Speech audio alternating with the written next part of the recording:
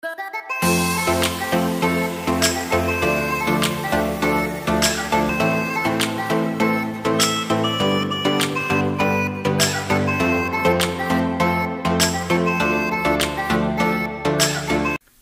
happening, everybody and fellow nerds? Welcome to Parzival 96.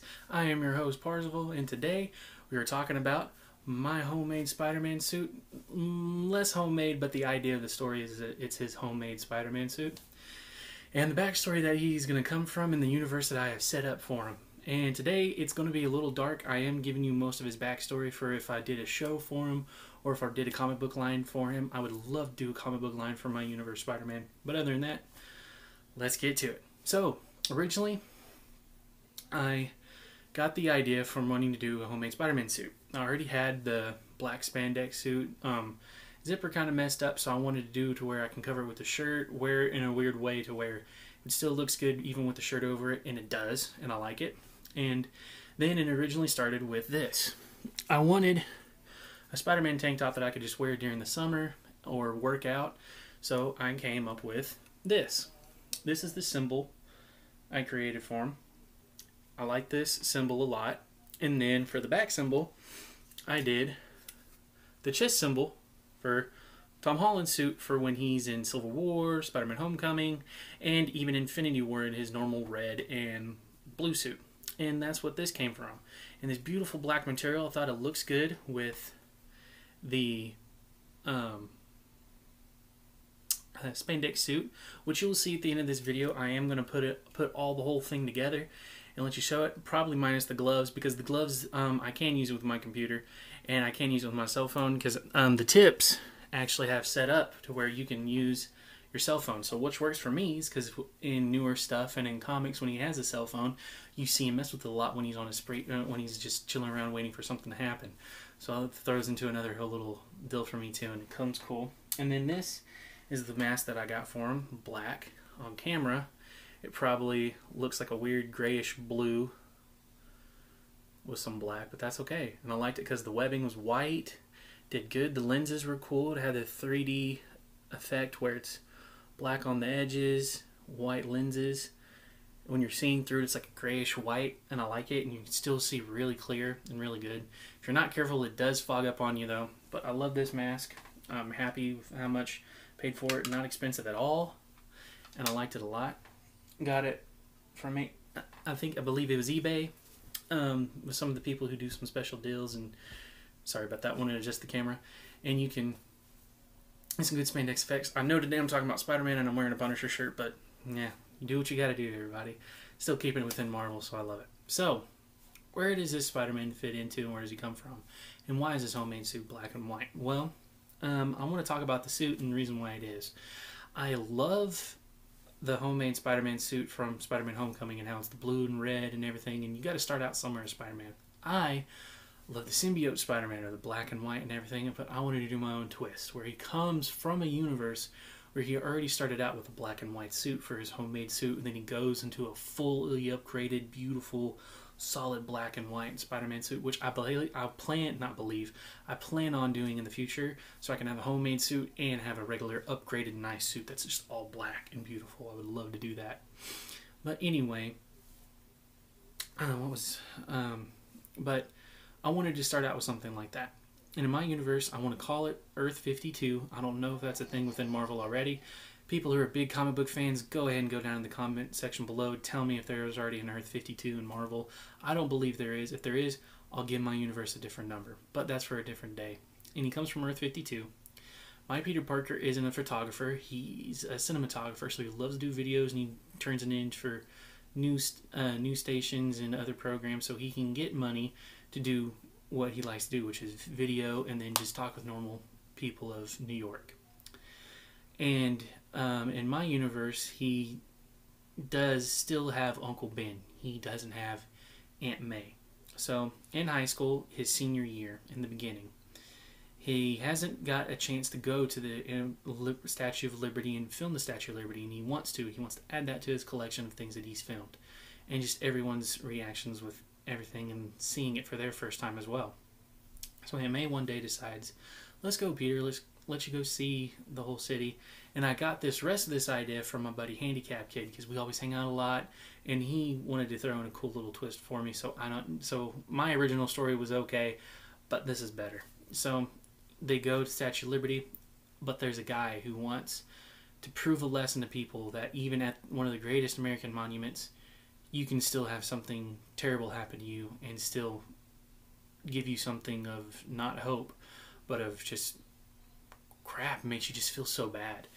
And he's up there with everybody. His gun's hidden.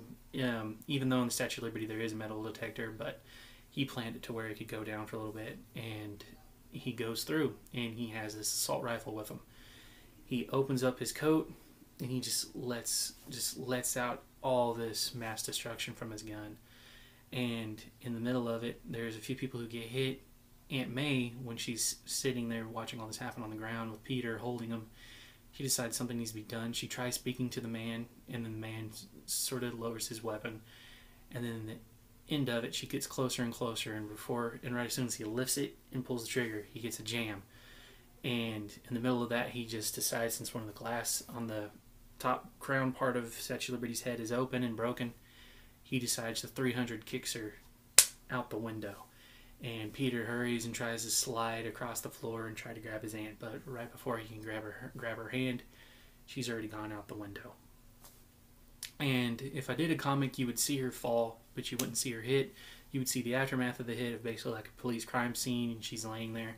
I don't want to show you guys a view from Peter and how you see her hit the pavement. I mean, if I do, that'll be like way older down in his line of comics or TV series, and you'd see the aftermath of her actually physically hitting the pavement. I don't want to do that in the opening comic for him. And she dies, and he wanted to save her, and he almost got the chance to grab her hand and sort of help her, but too late, and everything was too fast. And then in the middle of the end of his senior year, that's when he gets to his lab. He gets to go on a lab experiment science trip, or a field trip, and he gets to go and see the science part of the lab. And then that's when he finally gets bit by the genetically modified spider, and then we become Spider-Man. And then that's when he decides to do the homemade suit, which you guys have been seeing pieces of, and that you will see at the end of this video. And that's when he decides to do it, and he becomes Spider-Man for 3 years, and then that's when he finally probably gets his upgraded suit that I'm thinking of. For me personally, for everything that I want to do something special for this one. And then he just becomes a cool house. Now, how Venom and Carnage are going to fit and work in this universe. Venom is going to be a different color. He is not going to be black symbiote. He is going to be a red symbiote. So when you see Spider-Man get the symbiote, it's going to be an all-red suit, and it's going to be a black symbol. And it's going to be an upgraded symbol to what we see here on this suit, and probably the upgraded suit that I do for him. And then that's when Venom is introduced. And Venom will have his normal symbol too, but it'll be black instead of white. So it'll be an all-red suit with an all-black symbol. Carnage, on the other hand, isn't going to be his red Carnage that we all know.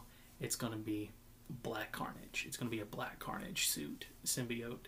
And they'll probably be in some throws-ins of grays or whites to add in, because when you see Carnage, he's not just also all red. In certain shadings and lightings, you see blacks in there as well. I want to do that for him as well. The villains, on the other hand, will still be the same. Eddie Brock will still be our normal Eddie Brock. I'm trying to remember the villain who is Carnage off the top of my head. I think it's something Castor. Or Castor. Casey. It's Casey something. And it starts with a K. Casey with a K. I think it's Castor. Or Cisco. I'm going to need to go back and read. All you guys who are big comic book fans like I am will reassure me today is just an off day, and I can't just beat the quick of the whip like I usually am with characters. Still be those normal ones. We'll still have Harry Osborn being his best friend, and Norman still being his dad, and still being the Green Goblin and all that. I just want to throw in my own little twists and turns in there for different people, mainly with Spider-Man and how he doesn't start out with red and blue. He starts off with black and white. And he's probably going to stick with black and white throughout the whole line of comics with upgraded suits and whatnot, because I love black and white Spider-Man so much. I know in the symbiote world, normal Spider-Man, symbiote's black and white and he's evil. I want it to be where red and black is his symbiote, and that's where he's evil. I love stealth Spider-Man so much. I think that's why I like Spider-Man Noir so much, and how it's so classic and he has an all-black suit. but I love the touch of the symbiote Spider-Man, where you have the whites in there and you can see the symbols in a different shade than just black. And that's why I wanted to do this. And I hope you guys like it so much. I hope you guys like the story of him. I will show you the suit in a little bit. I'm going to get dressed up, and then I'll show you guys the ending result of what it will look like. I am thinking, though, of changing the shirt, though. As much as I love the tank top, when I'm wearing the suit, you can see a little bit more of the bottom part of my neck and my chest with my chest hair. So I might do an athletic t-shirt that covers my whole area right here, and I'll do a better symbol for the back, even though I love the Tom Holland symbol as for a back symbol. And I'll probably keep the same symbol for the front as that one for the t-shirt. But I'll let you guys decide and tell me in the comments below. I might also still do the tank top with my cosplay whenever I do it, so that way I can have some air or whatnot. As everyone who does cosplay knows, when you're wearing a full bodysuit, you're going to get hot and it's going to get messy and it's going to get sticky. So I like to have that little option in there as well. So guys, I'm going to do that. That's the end of my video. I will probably say it in the ending part of this video, and when I'm in my full cosplay, that this is my last video until next weekend, and that is when I'm doing my Halloween special. As far as normal videos goes, this is going to be it until I come up with some more and do some more reviews probably for you guys. But until then, I hope you enjoy my cosplay, and here it goes, everybody. Alright guys, so here it is. Like I told you in the other part of the video, my homemade Spider-Man suit. There's texturing and everything. There's the front symbol. I love it so much, like I was talking about with you guys earlier.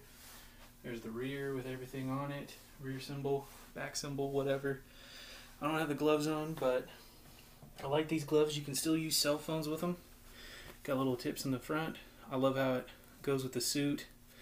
Black on the bottom, gray on the top. It gives a cool little balance to everything. And yeah guys, other than that, that's pretty much it. Here's a good close-up of me wearing it. Lenses. Check this out. Cool 3D effect. So it makes me feel like I'm wearing a cool professional Spider-Man mask, guys. I just love it so much. I might have to go to a t-shirt though, so you don't see so much of my chest and my neck, and just get cool symbols for it again. But for right now, like it, gives a cool little variant. Other than that, guys, that's pretty much it for this video. Like I said, this weekend is my last video that, as far as normal goes. I'm going to do a Halloween special next weekend for you guys for the end of October.